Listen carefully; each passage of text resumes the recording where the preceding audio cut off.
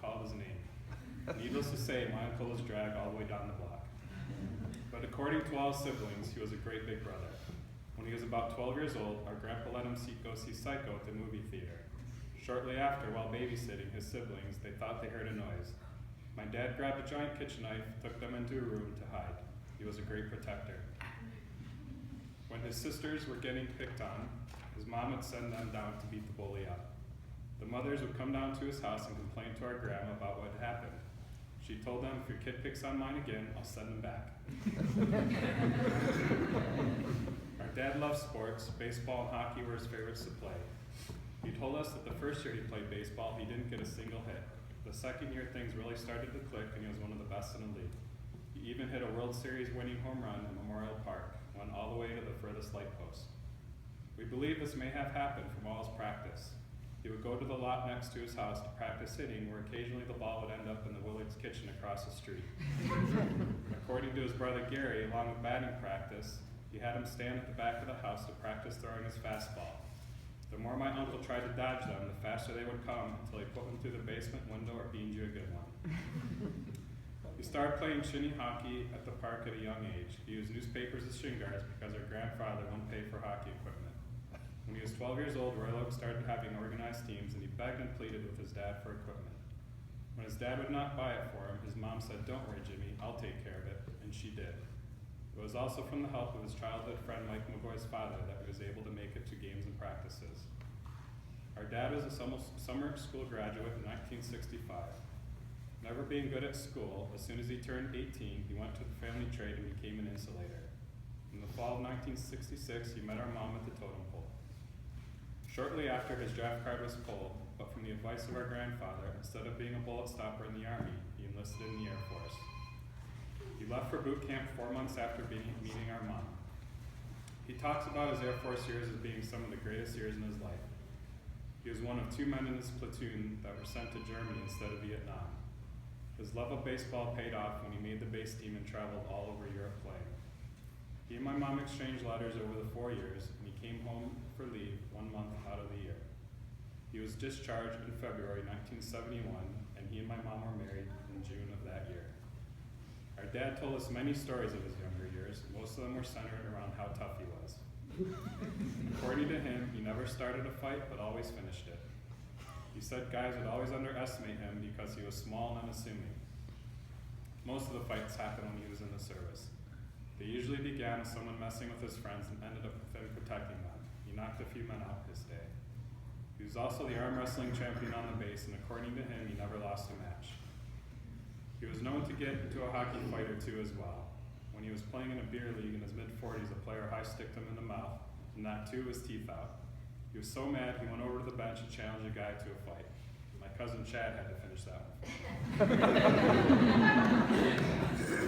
Our parents wasted no time getting our family started.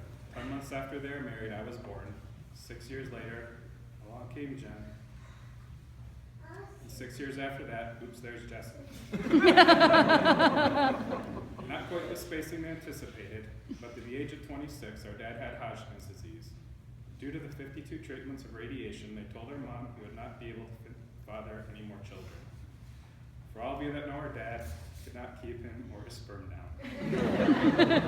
Thank God, because he was the greatest dad any kid could ask for. As a father, he was all in. We feel like we had a very blessed childhood.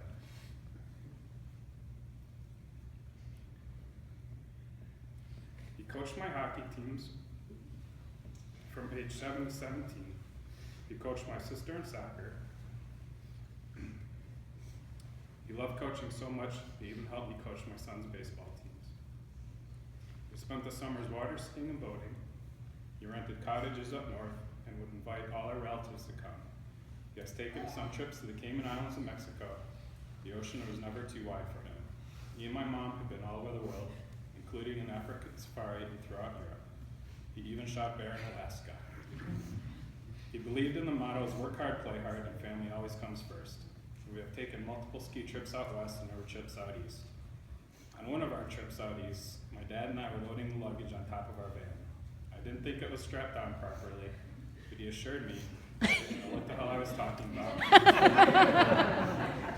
Somewhere on the two-lane Pennsylvania Turnpike, a strap came free, and I saw one of the suitcases fly on the expressway.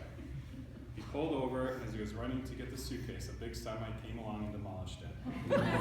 Guess whose suitcase it was? Now, you all can imagine the words coming out of his mouth. When he got back in the car, I said, "I told you it wasn't strapped on." Because he thought he was always right, I felt some sort of accomplishment proving otherwise. All of our family adventures were made possible because after continuous layoffs, he decided to start his own company. In 1982, he opened Mechanical Heat and Frost Installation.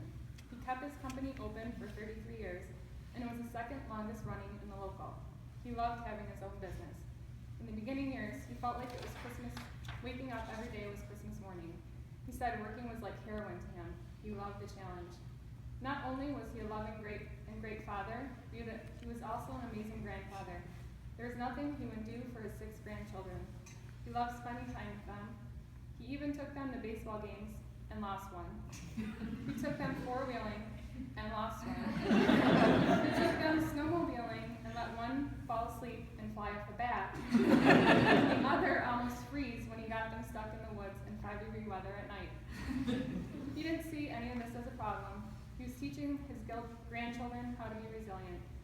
All joking aside, his grandchildren meant the world to him. As many of you could see from all our pictures, he wanted to be with them no matter what he was doing or where he was going. In his later years, he discovered his love of hunting. Pheasant hunting was one of his favorites. He loved it so much, he bought his dog Casey to hunt with. He went all over the country with him and my husband Jeff. Casey became one of the most beloved pets he ever owned. He told us he liked him more than most people. And did I mention he shot a bear in Alaska? He passed his love of hunting down to his oldest grandson, Andrew. Just last fall, he took Andrew and his new son-in-law, Brian, to Ohio because he wanted to be with them when they got their first deer. And they didn't disappoint. They each shot a world-class buck. Our father was a very generous man. He helped family members when in need, including getting jobs for his cousins, his son-in-law, brother-in-law, and friends. Most of this meant hiring them himself and putting them to work. He never looked down on the less fortunate. He frequently gave money to the homeless on the side of the road, and even invited them to do odd jobs around his shop in Detroit in exchange for food and money. He instilled many values in us as children and into adulthood. He loved to give us advice on life situations. He believed in having a strong work ethic. He used to say, if you are going to be a ditch digger, be the best damn ditch digger that you can be. Don't be half-assed. Don't ever lie. Honesty is the best policy. Never worry about what others think of you. Do what you love and the money will follow. Your family is the only ones that will always be there for you. Make hay while the sun shines. Money doesn't grow on trees. The glass is always half full. As you know, our dad was diagnosed with ALS, and over the last 2 years, his health deteriorated. But what you probably don't know is how strong and determined he really was. He never let on how hard he was struggling. He even kept a positive attitude throughout and was continuously researching ways to beat the disease or prolong his health. Never in our lives have we ever seen someone so determined and strong-willed to live. He created an entire gym in the library so that he could exercise to keep his strength. The night before he passed, my mom helped him exercise for 2 hours until 11 p.m. at night, and this was a frequent occurrence. Our dad always told us our mom was his best friend. She was his rock, the best thing that ever happened to him. They would have been together for 50 years this September and married for 45 this June. What our dad said he was most proud of was how he raised us kids because we were so close. He said my mom and him must have done something right because the 3 of us would rather be together with family than anywhere else. Our dad had a good life. He accomplished and experienced more things in his 68 years than some people can do in 3 lifetimes. He told us he used to look around and think, pinch me, is this really my life? I came from nothing and look at all that I created.